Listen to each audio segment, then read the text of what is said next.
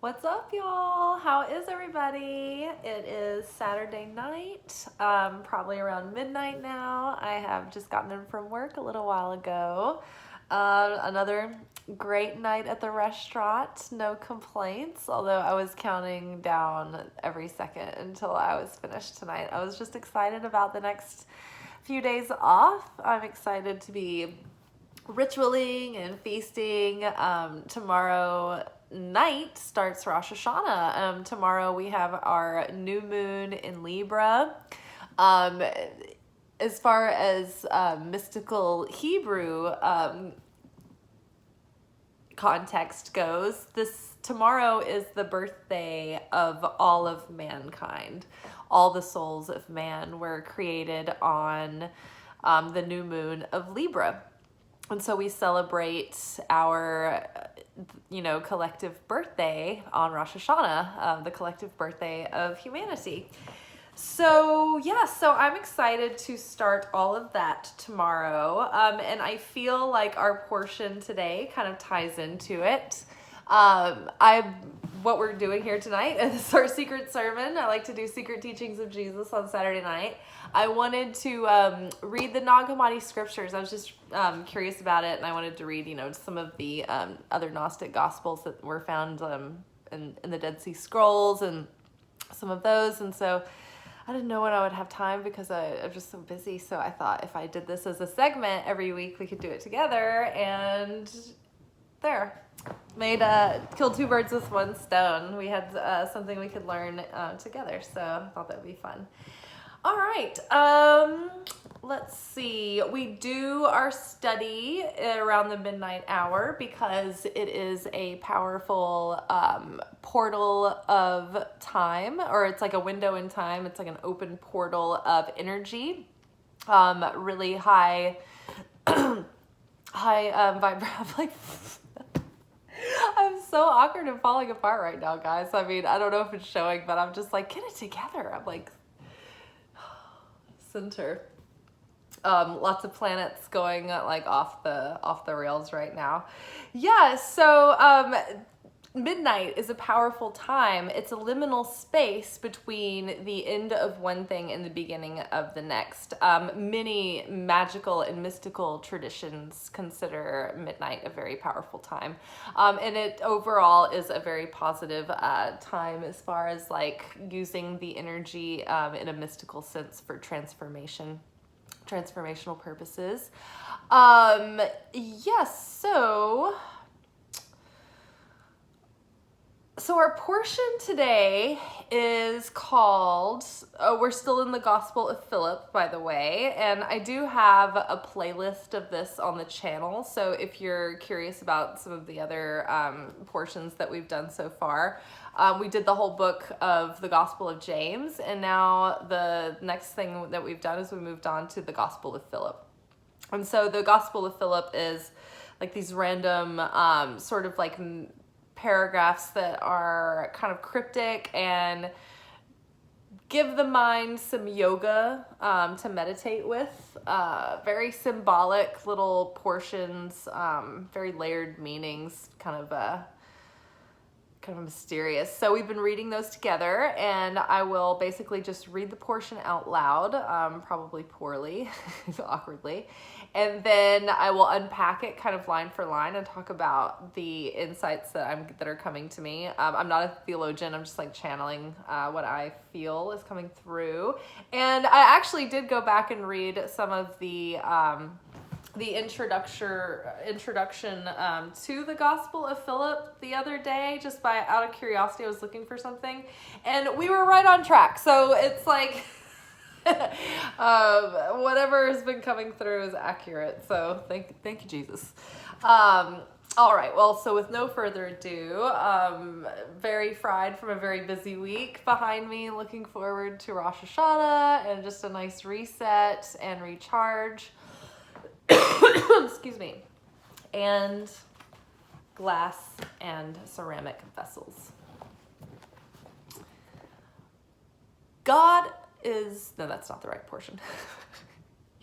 You guys, if you're here for the first time, I don't even know what you must think. Yes, many times I am scattered and a little bit burnt out because I'm usually coming from work and I've been insane and like talking to a million people all night, and then at some points like in the weeds and then at other points not. And so I usually come home and I'm just like, whoa, like windblown, and a little bit scattered. And so I'm feeling it today. Okay, we're really starting this time. Glass and ceramic vessels. Glass and ceramic vessels are both made with fire. I'm gonna start over because that was kind of the wrong cadence. Glass and ceramic vessels are both made with fire. If glass vessels break, they are redone, since they have been made through breath. But if ceramic vessels break, they are destroyed, since they've been made without breath. Okay, I'm going to read that one more time. Glass and ceramic vessels are both made with fire. If glass vessels break, they are redone, since they have been made... If glass vessels break, they are redone, since they have been made through breath. I'm not even going to start this over. I'm not. I'm just going to push through. Glass and ceramic vessels are both made with fire. If glass vessels break, they are redone, since they have been made through breath. But if ceramic vessels break, they are destroyed, since they have been made without breath. Okay, I want to read the footnote here. Okay, so when it says glass and ceramic vessels are both made with fire, if glass vessels break, they are redone, since they have been made through breath. Okay, so breath, they are saying, is it can be interchanged with the word spirit. So let's read it that way. Glass and ceramic vessels are both made with fire. If glass vessels break, they are redone, since they have been made through spirit. But if ceramic vessels break, they are destroyed, since they have been made without spirit.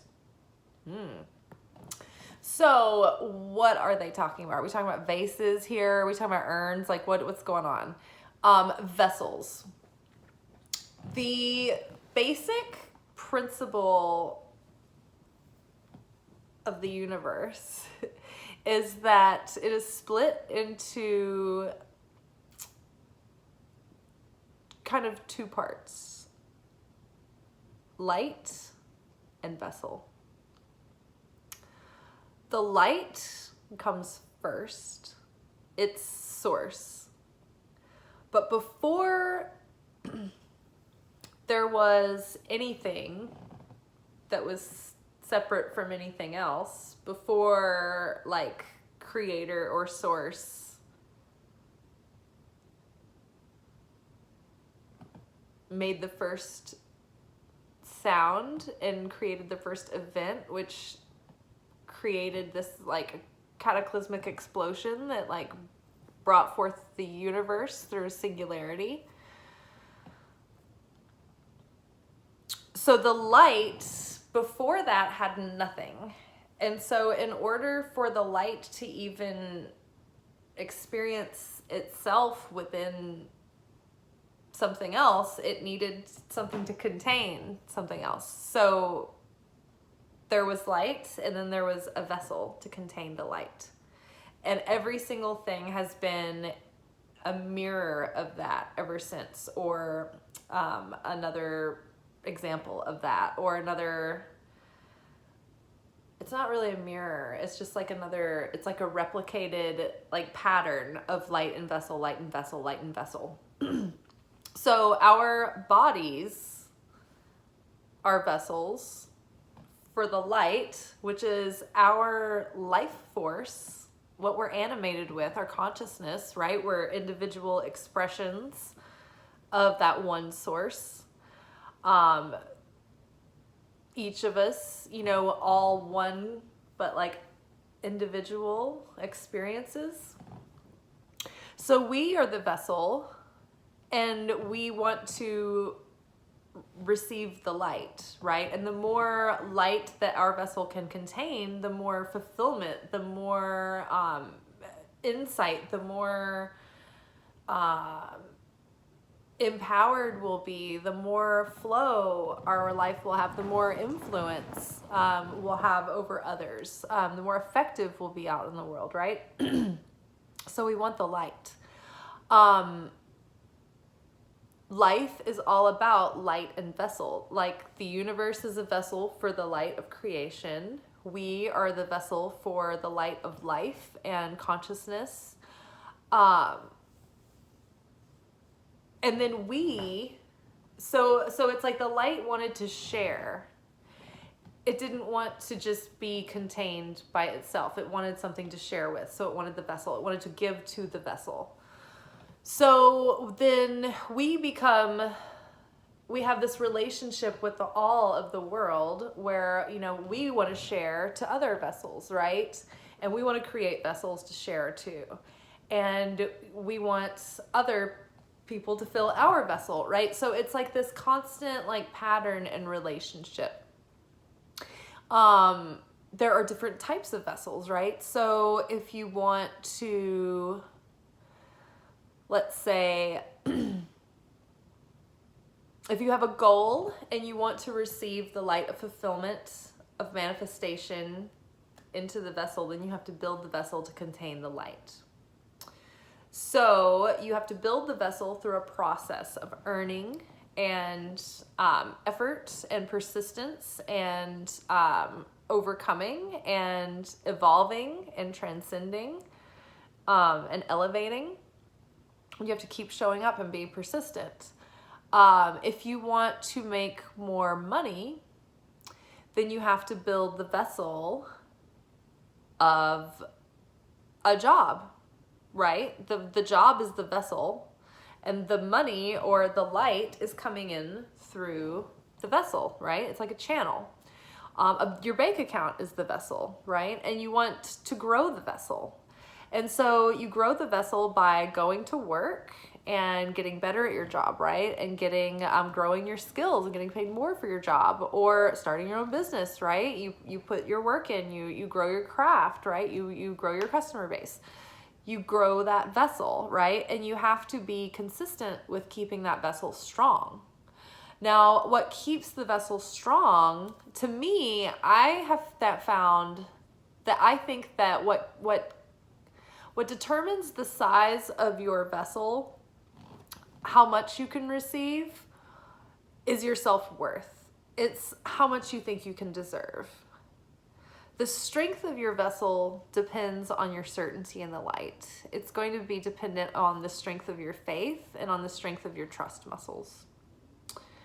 So let's see. So money, example, the vessel would be like the bank account, the investments, growing interest, the discipline, the process that one goes through would be continuing to show up for work, striving to grow your skills and, broaden your income, the way that you get, bring in income.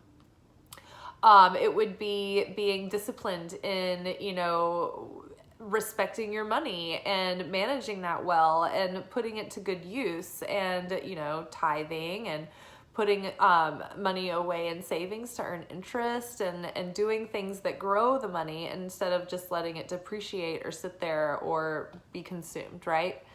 If you want to get in shape, then building the vessel is about building your routine and your workout routine, your diet, and learning how to biohack your own genetics.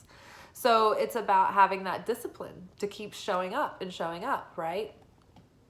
If you are building the vessel of a relationship, like a romantic relationship, it's about showing up to get to know the partner and courting them and being a high quality, high value partner and giving to the relationship, but also giving to the other, your partner, giving to the relationship and maintaining love and care for yourself. So that would be building the vessel. Building the vessel would also be like taking it slow instead of rushing in a relationship. When you're building the vessel, if you rushed in too quick, the vessel wouldn't hold. It wouldn't be strong enough, right? There wouldn't be enough of a foundation there, right? So it's a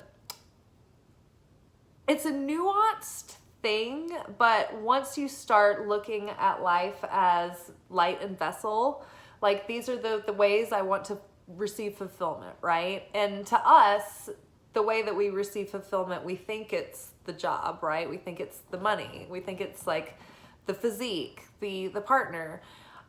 These are all just avatars and husks, right?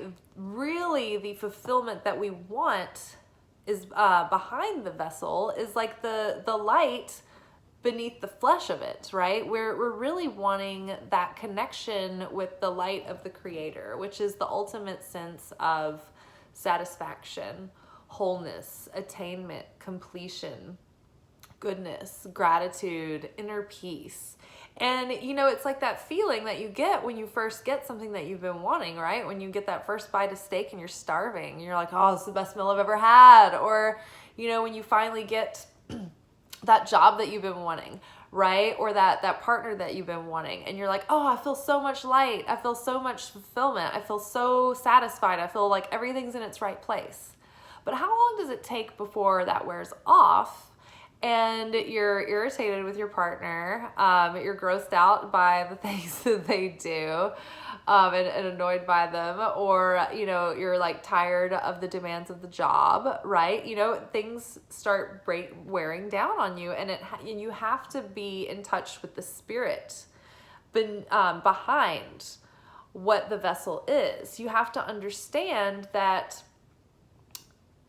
it's not really the partner or the job that you wanted in the first place. It's just the satisfaction of being in a state of feeling at peace and content and satisfied. So if you can feel content and at peace and satisfied without like having, any of the other flesh avatars or husks, right? It's like you are already in the fulfillment of the having, and you feel that sense of wholeness, and so it makes you magnetic for everything, because you in your mind, vibrationally, in your reality, you understand that you're already one with it all. It's already yours. All you have to do is reach for it. If you need it, it's there, right? It's a done deal. So the light, when we understand as the vessel that the light of fulfillment that we really want is through the Creator, then it helps us master the self-control of not looking outside of ourselves for validation, for fulfillment, right? For permission, for, respect and acclaim and whatnot, or just security. What actually, like, who could really give you security? I mean, money doesn't. It could go away. Your health could go away at any second. Like, a person could change their mind and flake or die. Like, what is really secure? You're like, oh, nothing. We're poised on the brink of oblivion. And the moment we're just like, all right, I'm powerless to this. It's all an illusion anyway. Like, I am, like, when this flesh suit dies, I will wake up and I will still have my consciousness. I will be, right? I just won't be in this, like, flesh suit, right? So, just waxing on about vessels, ceramic glass vessels. So the fact that the glass vessel, if the glass vessel breaks, they can be redone since they've been made with spirit. But if ceramic vessels break, they are destroyed since they have been made without spirit. So that is like saying, okay, if something has been created, but there's no heart in it, there's no, it's not divinely inspired. It's not part of the ultimate plan or the greater good. If there's no love in it, if there's no passion in it, if there's no purpose, right? If there's no real value in a vessel, and it's been made throughly, I don't even know what that word was, purely through the desire to receive for the self alone or for selfish reasons. Once that vessel breaks, it's just going to be garbage. It's just going to be crap. It's just the life is going to, like, all the energy is going to be drained from it and transferred somewhere else, and there's not going to be anything left of that vessel. So it's just going to be trash. But if spirit is in something that breaks, then it can be made into something else. And that's part of building that certainty in Creator, that when the Creator is with you, when you are manifesting from a state of, I feel love, I have goodness radiating through me, and you have a great idea, right? And it's like, oh, it could, and it's that you can see how it can change the world in a positive way. It can be helpful, right? And that's what you're focused on. Then even if something goes wrong, if you make a mistake, it's okay, because you were following this divinely led plan. And it's not just that you can think of anything that you think is helpful and sharing and caring and it's just going to work out. That's not necessarily the truth. But if you feel called within your soul to do something, and you feel that there's like this living purpose within it, and you have a passion to do it, you care, and you're really connected with your reason, and it's meaningful to you, and you feel love around it, then no matter what happens, if you make every choice from a place of, I am certain that whatever happens, the Creator has a plan, and the Creator is within everything, and all I need to do is course correct. If I mess up, it's okay. The Creator will course correct for me. The universe is self-correcting. The Creator has it set up that way.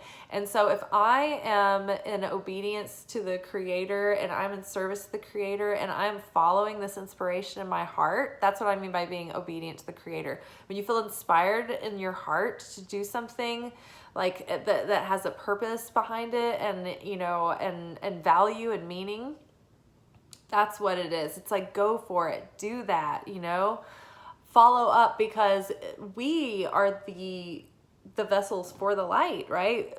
Nothing can happen without our flesh suits doing it in this physical material world, right? The angels can't do anything without us, right? We're working with them, or we can be, but they're working with us. They're trying to help us, because and all of the spirit guides that we have, all of our ancestors, like that don't have bodies right now, they're like, it's all up to you. Like, you get to do everything. You get pizza. It's the mission. You're on a mission. So yes, when you get inspired, right, just know that if there's pure love in your heart, everything can turn in your favor. That, like, it's like mushrooms, right? Mushrooms grow from dead tree stumps. They take the death, the rot, the decay that's like, dwindle, like the material that's decomposing, and it becomes something else. It grows into something of value, of nutrients, of deliciousness. I love mushrooms. So it's like that. It's like when the spirit is in something and it's animated in that way, if it's broken, it can still be saved. It can still be turned into something else. All right. I think I might be getting into, I think I'm finished with what I'm talking about. So glass and ceramic vessels are both made with fire. If glass vessels break, they are redone, since they have been made through breath or spirit. But if ceramic vessels break, they are destroyed, since they have been made without spirit. And that's just rounding off, Rosh Hashanah is all about examining our ego and elevating our ego and elevating the mind and trying to understand and practice mind over matter, and try to start to have practice self-control over our thoughts and our emotions, so that we can really actually practice free will, right? And actually choose to try to align our will with the will of the higher self, with the will of, divine, right? So yeah, Rosh Hashanah is all about letting go of the negativity and shedding those ego layers, those layers and shells of negativity, right? And so we are purifying our vessel so that we can be containers for the light. So I think that that's interesting that we're focused, that this week's portion is all about a vessel and the quality of the vessel and the presence of the spirit being in the vessel, giving it life. And so that's what we're doing over Rosh Hashanah. We're inviting the light into our vessel to cleanse us of negativity so that we can transcend, and expand into our potential and not hold ourselves back and not be caught up in, petty things that don't matter, and, not be caught up in things that make us feel like shit and make other people feel like shit, start living in a more consciously aware and on purpose way. Well, I hope you guys have a good next couple of days. I will make a video like tomorrow night after all the ritualing is over. We'll touch base and we will do our weekly oracle forecast for the week. All right, you guys, hug Samek. Super excited for tomorrow. Y'all take care. Ciao.